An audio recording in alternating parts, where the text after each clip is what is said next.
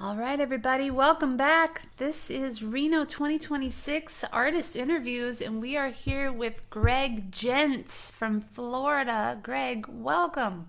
Hi. Thanks for having me. This is going to be fun. Been looking Thank you forward to so much this. for being here. Yeah. Now, many of you have probably seen Greg online because since the pandemic started, all those early days, he started a Ukulele Wednesdays channel where he does a strum along and also teaches a few things, I think. Why don't you start by just telling us a little bit about your Wednesday strum along, Greg? Yeah. So it started, obviously, like many online things, started during COVID. I was originally, if we go back just a little before that, I joined a very small group in Orlando after having played for a short period of time. And shortly after that, then COVID hit. And they sort of knew me as the technology guy. So they said, "Hey, can you figure out how we can be home but still play along?" So I did. I, kind of figured that out. Figured out how to do scrolling chords and lyrics on the screen and all those things, different views, different camera shots of my hands and the chords and all this stuff. And then invited the people from the local group. So we're getting about 20 or 30 people, and everyone was looking for something to do during that time. So Yeah. people were telling their ukulele friends in different areas, different states, and such, and kind of surprised to me, it grew, and we ended up getting hundreds, 300, sometimes more on a Wednesday, and they would. Everyone was always concerned because they're like, "Oh, I don't want anyone to hear me play." I'm like, "That's the beauty of this. No one hears you play, right? You can chat and you can be social, but Yeah. you do not hear your. They don't hear you play, and you don't hear others play. You just hear me. It's like a jam. I'm leading a jam, and people are attending that jam. So we've done that. When COVID kind of wound down, thankfully, I kind of thought that would wind down as well, but it didn't, and it actually grew. Yeah. So 6.5 years into it, we're still going every Wednesday night, 7 o'clock Eastern, and yeah, it's a good time, and I don't have any plans to stop because I think it's meaningful Yeah. socially to a lot of people who don't get out, and there's some learning opportunities, but it's just a very social, fun, hour of just put the rest of the world away and just enjoy the fun of ukulele. So Yeah. Now, I know all of us went online. God, the whole world took a breath for a moment. It was so strange. And I've heard people say, "Oh, I'm zoomed out. I only do stuff in person now." And I totally get that. And Reno Ukefest is a good example of just yeah, getting together with our friends in person. But having these tools online to be able to, let's say, meet up with Greg every Wednesday night and go, "All right, I'm going to practice my pentatonic scales. I'm going to practice that strum that I learned. I'm going to play the bass along with his song today." Or, kind of keeps the engine revved up, doesn't it, for learning. yeah, And if you don't live in Florida with Greg, you never get to see him, but you can yeah. see him every Wednesday, which is pretty cool. Yeah, and people really do. Even now, long, long after COVID, people when they first get into uke, um, they don't know about festivals. When you first pick up the uke, you go onto Yeah. YouTube, and that's all you know. And then you look online and look at Meetup.com and say, "Oh, there's a group that meets locally," and it takes a while till you build up to where you are aware of that there is a thing called a ukulele festival. So Yeah. Wednesdays is an opportunity where people meet each other, and then they talk about festivals and say, "Hey, I'm going to this one and I'm going to that one, and I'll meet you there." And a lot of friendships still form online and then parlay into the real world, and people go to real events and like, "Oh, it's you. I have only seen you as comments on Wednesday." So Yeah. that's always it's a lot of fun. It's rewarding, and it's a lot of fun. Yeah, then you got to hope that they have a name badge on because we're used to seeing the little picture of their Oh with my their name gosh. in the corner. Yes. And they know you, right? Because you're Yeah. leading. Yeah. Yeah, that Yeah. happens a lot. Yes. Well, we'll circle back around to talk a little bit more about events. I do want to ask you, we were kind of chit-chatting before we started today about how you and I have been to a bunch of festivals and we kind of learned how people teach and what they offer and things like that. So you started off with doing the strum along, but then you've become a teacher since then. So I have a two-part question for you. One is, who are you? tell us a little bit about yourself, about whatever background you want to give. And then the second part is, what is your teaching philosophy? So who am I? I told you a little bit about my start in uke. I had this desire for some reason to buy a house on a lake and sit on the dock and play uke. And you've been to my house. So I got the house on the lake. Yeah. And I got a uke, and then I ended up moving and I put it in the attic and I forgot I had it. And years later, I was watching something and, I saw someone playing the uke. I'm like, I was supposed to do that. That was one of my bucket list items. So I got onto YouTube and started that. So really, really enjoyed that. I'm not necessarily, I want to control something. I do love teaching, right? So when I was in that group that I described it before, it was a little disjointed. People brought their own chord sheets and hopefully they matched up. Same key, same version, same arrangement, but not always. So I kind of helped, automate and digitize and put things on the screen and put that on the wall. And, we went from a group of 5 to now we probably get 60 at our local meetups, which, it's a pretty good crowd. Yeah. But going back to the teaching, years ago, just because I had time and the inclination, I tutored math, just because I've always been good at math, and I'd go to middle schools and just help kids with math, and I loved it. Okay. I loved making what they thought was difficult seem achievable. And I'm a pilot, hobby pilot, and years ago I was out flying and I landed at Orlando airport, and there was this kid with his dad walking around. And you're wondering, how does this relate to ukulele, Greg? So I'll make it quick. But I met this kid, and he was real interested in flying. So we started flying probably twice a month. And I'm not technically a flight instructor, but I showed him everything about flying, flight plan, controls. He went on to went to flight school, went to college, and got an aviation degree, and now is a commercial pilot. So wow. I'm not saying that's because of me, but they say I'm what helped him keep the dream alive, because we were flying a couple times a month. So it doesn't really, to me, I like taking what most people think is difficult or impossible and then turning that into something that people can easily learn and then easily use. So uke is the same thing. So you see a lot of things like, oh my gosh, bar chords are impossible. I could never play a bar chord, or I could never do a strum that complicated, or I could never. Yep. So I really love taking any topic and saying, okay, right, we're not gonna give you the Juilliard version of this, but we're gonna give you a version that you can absorb in this much time, and in an hour you can go and start using this. Yeah. So I love doing that. And I've got a number of different workshops that I do at festivals, and I just really, really enjoy that aspect of it, where people leave that and I love the comment more than anything where someone says, I never thought I could do that. Travis picking, I never thought I could do that. Chucking, I never thought I could do that. So whatever it is, I love just telling them you can do this. So that kind of leads us into like how I got into that, because I think naturally I just like teaching. But I love the ukulele, I love the community, and it just seemed to be a very logical progression that I take some of my teaching skills that I've built over the years and kind of move that into the musical world. Anyway, but I love it. So you probably work really well with people who are beginning and kind of starting to build that confidence, and you help them take it to the next step. Do you go beyond that? Do you do real complicated things? Like, what's your wheelhouse? So, I find, and your world might be a little different because you run your school.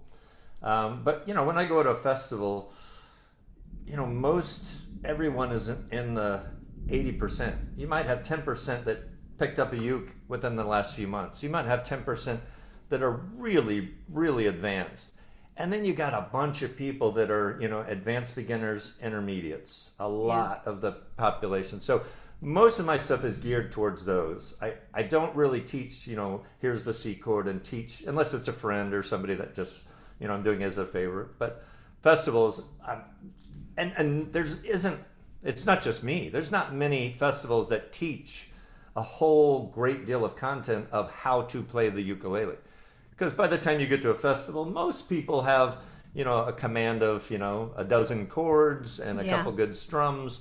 And most classes are kind of getting them to that more advanced level. So that's what I think I fall into that same category. I would Yeah. say, intermediate to advanced beginners up into intermediate players, and even some beyond that. We'll get into, a lot of bar chords, some rhythmic strumming that's I think is, kind of advanced, but it's a good mixture. And I really tried to tailor it with, we talked to you and you look, when you're filling your schedule, what is your goal? It's to get a little of something, a little bit of everything. So people have an option to choose different tracks. And at 2:00, I want to do this instead of this, and really can fulfill what their desires are at a festival. So I'm here to provide what you need for your festival. Well, and you've done it. You've done it. Let's look at your workshops. Tell us a little bit about what you'll be teaching at Reno this year. Okay, so first one in the green at the top there. So what strum do I use? And I hear that over and over again. I see it in the comments on Wednesday when I start a song. Someone says, "What strum are you doing?" And I have to balance it to say, well, here's what I'm doing, but ensure that people know that that's not like the strum for this song. It's just what I'm doing right now here. As you learn more, you'll learn more skills, more tools in your ukulele toolkit, and you can mix and match. You can do lots of things. So in this, we really walk through how do you determine that. We talk about timing, time signature, and make sure that you don't accidentally turn a waltz song into a 4/4 song just by jamming it into an island strum. So we walk through, some time signatures, some basic strumming, how to mix and match kind of a couple different strums together to create like a new strum from two strums, mix and match those together. Now you have a strum. You're like, oh, I never knew that. Well, yeah, you just took A and B and added A and B together, and now you've got a new strum that might work well for the song. Nice. So let's see, what strum do I use? Feeling the rhythm. Adding percussive elements, like I chuck to a song. So if you really want kind of to add that driving beat to a song that might or might not sound like the radio version, but that just adds a little bit more than just strumming. So a lot of different things, and they're each little pieces. So you can take each little piece and say, okay, what do I want in this song? Okay, it's a waltz, so let me look at waltz type strums. And note this is a 4/4 song, so let me look at that. Ooh, this would sound good with an island strum. Ooh, but it would really sound good with a chuck. Or in this song, it would sound great with a fan. So we talk about a lot of different things. We go through a number of actual hands-on, where we'll tackle a song, talk about that song, and say, what can we do with this particular song, and then play through a couple songs with those things that we've talked about in the workshop. Oh, nice. So you put it into practice right away. Yeah, depending on time, we'll do 2 or 3 songs at the end and just play through and just, a lot of this is confidence, right? People think like, I have to play it just like that person I saw on YouTube. And when you're first playing, that's kind of how you think. But once you learn a little bit more, you're like, no, I don't have to do that. I like the first part from the person I saw on YouTube, but now I want to add in something a little different from the other person I saw on YouTube. Now I've taken 2 things and I've made it my own, because now I've created something that I didn't see on YouTube. So I think confidence is a big thing, and just, educating people and making sure people know that they can't really go wrong, right? I mean, you have a lot of options. You're the musician, you're the arranger, and you can do a lot of different things based on what you want. Doesn't have to sound like the radio version. You could speed it up, you could slow it down. It does not have to be. It can be, and sometimes learning is doing what you have seen someone else do, because by doing that you learn skills. But by doing that enough, I think you eventually end up with confidence to start doing things on your own. So you'll be giving them some tools to put in their tool belt, and Lots to of use that them, yes. will. Mm-hmm. Okay, Yep. great. That's a fun one. It's a good one. And a lot of times, like I said, people really are curious, like, what do I use here? And I think when they Yeah. get through with this, they're hopefully asking that question a little less. Nice. Yeah. What else are we doing? We're doing a couple jams. So jams are play-alongs. Not too much instruction. I might quickly say, here's something I'm doing. But mostly we're just going to jam and have a good time. Yeah. And I love a good jam. Those are just a lot of fun. Another workshop in the orange, third one down, is the adding flavor to group play. Yeah. And I see this all a lot in the in-person meetups. So I lead a jam at a library. I mentioned that, the crowd that we get. And I've done it. Everyone's done it. You go to a meetup and, you end up with, 60 people doing island strum, playing first position chords. I know. I was And excited to hear you say you're going to go beyond the island strum. yes, too. yeah. And, it's right. I always want to make sure I'm perfectly clear. That's fine. Yeah. If you have 60 people and they're having a blast and they come for 2 hours and they have fun and then they go home, then mission accomplished. So Yeah. there's nothing ever wrong with doing that. But what this workshop does, it teaches some skills that you can very easily incorporate into a jam. Okay. And I won't talk about what they all are because I don't want to give up all the workshop content. We want people to come to this. But I'll give an example. When you go see, if you've ever seen the Ukulele Orchestra of Great Britain, they're phenomenal, right? Yeah. And varying numbers, there's, 7, 8-ish, of them up on stage. And if you close your eyes and listen, you're like, oh my gosh, that sounds amazing. And it does. It's phenomenal. Yeah. But if you open your eyes and you look at one person and see what that one person is doing, it's not, and I'm not discounting what they're doing. Right. I'm saying, but if you just listen to the one person, they're just like going tink, tink, tink, tink, tink, right? They're just doing a simple picking pattern. And a lot of people think, well, that's boring. I want to strum. I practice my strumming, so I want to strum. But when you start adding these things where you think this is boring, and I could do a single down strum on a chord change. I could do this. I could do this. I could do all these different things, and each of them by themselves seem kind of like bland. But when you start adding those in and saying, hey, in this song, I'm going to do this. Why don't you try this? And hey, why don't you do this? And everyone else, you can do an island strum. That's great. But we're going to add in some extra things. And I think it's great. And they're easy things to learn. I think the hardest thing about this is twofold. One is remembering to use what you've learned. It's not actually remembering how to do it. How to do it's not that difficult. It's remembering to do it. Because I've done it. Like I'll play a song and I'm like, shoot, that was when I was supposed to do the thing, the this strum or this. So I think one is, making sure people remember to do that thing. And the other is really convincing them that it's not boring. It's not less that you're doing a small part. That small part and that small part and that small part and several small parts, add them all up together. It really starts to sound really cool. Yeah. So that's what adding flavor to group play is about. It's simply about, hey, I'm going to go to a jam. I'm going to be playing with whatever number of people. What can we do that we're not all island strumming first position chords? So it's a lot of fun. And that's very practical too. We take time to teach a skill, and then we take a round robin approach. So every person gets to try that skill, and by the end, everyone's doing one part. Each of those, say, 6 parts, and then we stop and we rotate it, and everyone does the next part. So everyone gets to practice every part. And hopefully then they go to a jam and say, okay, now I'm going to try those things that we learned there. But it's a lot of fun. It's very interactive, and people usually leave that and really have enjoyed it.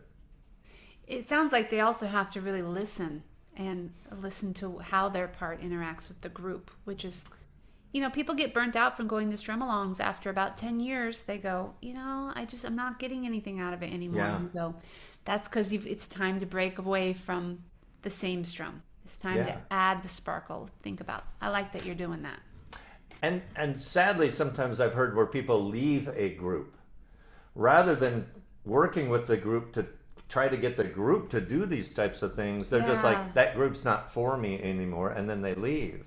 Yeah. And I think hopefully people will attend something like this and then go back to their group and say, "Ooh, What I learned. Yeah. yeah, I got some Greg ideas. said- Can we try this?" Yeah, you could blame it all on Greg. Well, Greg said that you got to put this on. I can take it. I can take that. And then the last one is about performance. And I don't do a lot of big stage performance. I do some smaller things. But I've done a lot of open mics. I've hosted a lot of open mics. I've hosted festivals that have open mics, been to festivals, right? So I've seen people, I've been through it myself, and I've watched people go through it. So it really is, it's not necessarily about how do I, get on stage in front of 1,000 people and put on a big show. It's how do I get up and perform at an open mic the first time? How do I do that? I'm scared to death, and I swore I would never do that. But now I think I might want to try to do that. So it walks through some really, when you look at them, some of them seem really basic, but some of them you're like, I never thought of that. And it's things as simple as I'm going to do some vocal exercises. I'm going to learn some simple relaxation techniques. I'm going to remember to bring backup batteries for my pickup. I'm going to remember to practice while I'm standing up. I always practice at home on my couch sitting down. Well, shoot, now I'm going to be standing in front of people. Well, Yeah. when I'm practicing on my couch, my uke is sitting on my leg. I don't use a strap. Yeah. All of a sudden I'm standing and I don't have a strap and I don't have anything to hold my uke. Yep. And now I've completely screwed myself up because I'm not performing the way I practiced. And you really should practice the way you're going to perform. Go to the venue. Go check it out. Is there a stool there? Oh, okay. I'll be able to sit on a stool. So Yeah. a lot of practical tips like this to walk people through getting to that first stage. Yeah, and sometimes performing on the very first open mic is more difficult than the performance in front of 1,000 people, right? 'Cause yeah. it's your first time and you want it to be perfect, and it won't be. Yeah. It probably won't be perfect. So I'm glad that you're going to give them some tips here. So one thing I will mention, and this will be in there, but I hear a lot like, oh, when you do open mic, you shouldn't use an iPad, or you shouldn't have any paper on a music stand. Yeah. And what I really push is your first open mic or your first few open mics, you want success, right? You want to leave that stage successful. And if that meant you had to look at an iPad for a portion of the song or most of the song, that's, to me, Yeah. I think far better than going up there thinking that you have to memorize it. Again, I'm not talking about someone who's a paid performer. I'm talking about someone who's just performing maybe for the first time. And you want success. So you don't want to go up there thinking you have to memorize it, because that's what people do, and then forget and then freeze up, and then you walk off after verse 1 because you can't remember what's next. And Yep. and then you're like, what do you say? What do many people say if that happens? I'm never going to do that again. Never doing it again. Yeah. And Yeah. I think it's better to have a win. Even if it's a small win, even if you went up with an iPad and did it pretty well. And then you left and you're like, okay, way better than freezing, leaving, and swearing you'll never do it again. So, Right. Yep, I want to perform, but I'm scared to death. So that's what we'll cover in there. Lots of tips. Okay, so people aren't going to have to expect, like, if you come to this class, right, you're not going to force them up on the stage and go, okay, perform scared to death right now. Good question. We will not, no one is coming up to perform during this class. Okay. So sometimes we incorporate this into another class, like right after, for those people. Yeah. And they have like a mini open mic just for the people who attended that class. But that's separate. So we are just talking about tips and hopefully making it fun and giving people some confidence to do that open mic. I heard a quote one time, and I won't say the artist because I didn't hear this person say it specifically. They said it to someone else, and I heard it secondhand, but I thought it was great. The second person was really nervous to go up and perform, and so they started drinking. Oh. And this artist came up and said, "Hey, if you're going to perform drunk, you got to practice drunk." Basically, slow down on the alcohol unless you've been doing that at home. That way you can get up there and just be, centered. That's true. And that is in there. We talk quick, there's one little section on alcohol. Because, people think like, oh, I loosen up. And I'm like, maybe a tiny bit. Yeah. You lose a few there's things too. There's a tiny bit that makes you loose. And beyond that, then you start forgetting chords and flubbing chords and forgetting words. And so, yeah. Yeah. You think you sound better, right? When you've been drinking. And maybe that's the confidence they need. They're like, man, I nailed it. And they just don't look back on the video. Yeah, that's awesome, Greg. Yeah, and we've got Greg on 2 strum-alongs just because that's his wheelhouse, and he's got a whole system for that. It's going to be great. Yeah. We'll have a good time. Real good time. Well, then we've reached the point in our meeting where I just ask you if you've got any events that you do or that you're going to, any merchandise, anything you have for sale, anything like that. Well, that's nice. So the second half of this year is busier than I normally am in half a year. So I have a tour through Maine, like a week-long tour. I got 3 stops in Maine. Nice. That's coming up in July, later this month. I'm going to Rocky Mountain Ukefest. Ooh, and that's is that Denver? Durango. Okay. Durango. Then in August 20th through September 27th, I'm doing a 5-week tour. Never thought I would do a 5-week tour, but I'm going from Orlando. I drew Orlando, Seattle, and I am doing 22 stops between Orlando and Seattle. And then once I hit Seattle, I am going to turn in the rental car and fly home. But 5 weeks? 5 weeks on the road. After week 3, I'm usually like craving home, man. Yeah. Yeah. Ooh, that's ambitious. So you've done this a lot. You've done this type of thing. A bit, not 5 weeks worth. Not 22 stops. Yeah. That's a lot. So are you going to be documenting that or sharing that anywhere? Yeah, so it's called the Uke Life Road Tour. So a little while back, it's almost done. I'm working on a brand. The brand is called Ukulele Life. Okay. And it's like a brand of ukulele stuff, apparel, and could be a ukulele down the road. But it's called this is called the Uke Life Road Tour, and it's just to get out and meet people that are part of the Wednesday night play along. Oh, great! And at each of these stops, I'm doing like a 3-hour engagement where it's 2 workshops and end with a play along. Wow! So yeah, should be fun. Oh, and then in October I got Guntersville, which is in Alabama. Then in October, 3rd week of October, this wonderful festival. Reno Ukefest. I'll be there, and I'm really happy and excited about that. And then in November in Virginia, there's Virginia Ukapalooza. So I'll be there. Wow! So you've got 3. Was that 3 festivals and a 5-week tour? Yeah, I got like 2 tours and 4 festivals. Yeah. So, living the life, man. That's a good life, Greg. So yeah. So that's more than I normally do, but I'm looking forward to it. It's going to be a busy but fun rest of the year. Well, be careful because it sounds like you're picking up speed, which means that you'll start booking out the next few years. We'll keep seeing Greg Gent pop up all over.